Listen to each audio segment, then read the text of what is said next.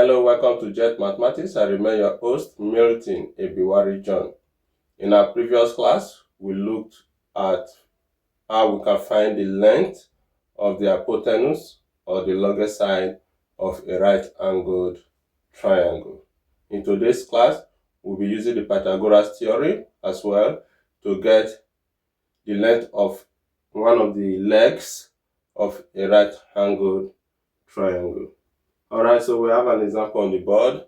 It says, find the length of the third side of this triangle, the third side of this triangle. So we have the triangle on the board, so we are still going to apply the Pythagoras Theorem. Remember, this is a right-angled triangle, and the Pythagoras Theorem is associated with finding the sides of a right-angled triangle. Remember the rule: hypotenuse squared, the square on the hypotenuse is equal to the square on the sum of the squares of the legs. So we are going to do that quickly. So in this triangle, what we're going to identify first is the hypotenuse. Now the hypotenuse is the side opposite the right angle. So this is our right angle, and the side opposite the right angle is 6 cm. So this is our hypotenuse. So we write the hypotenuse from Pythagoras Theorem. From Pythagoras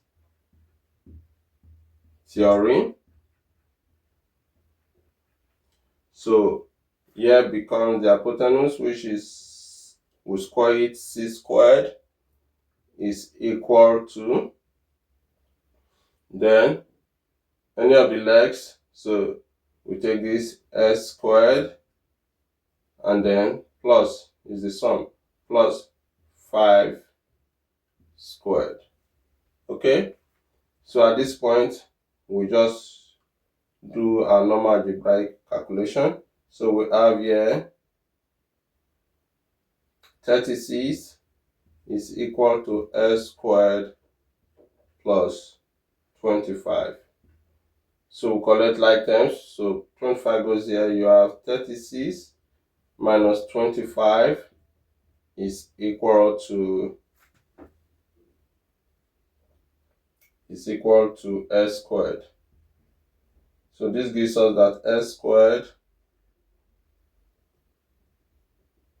this is 11, is equals to s squared. So at this point we can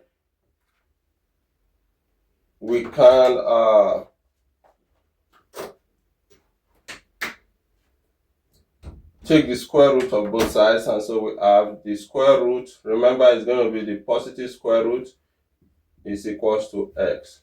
So when you take the square root of s squared, you have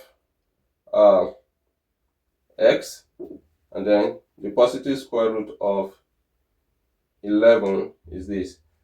So we can therefore say that s is equal to the square root of 11.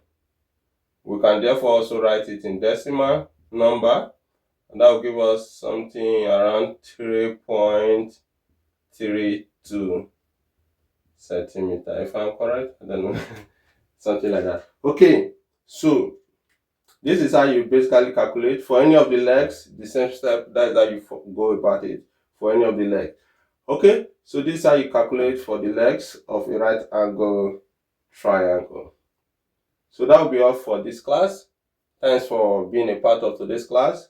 We'll see in our next class. Don't forget to like, to share, and to comment on this video. Bye.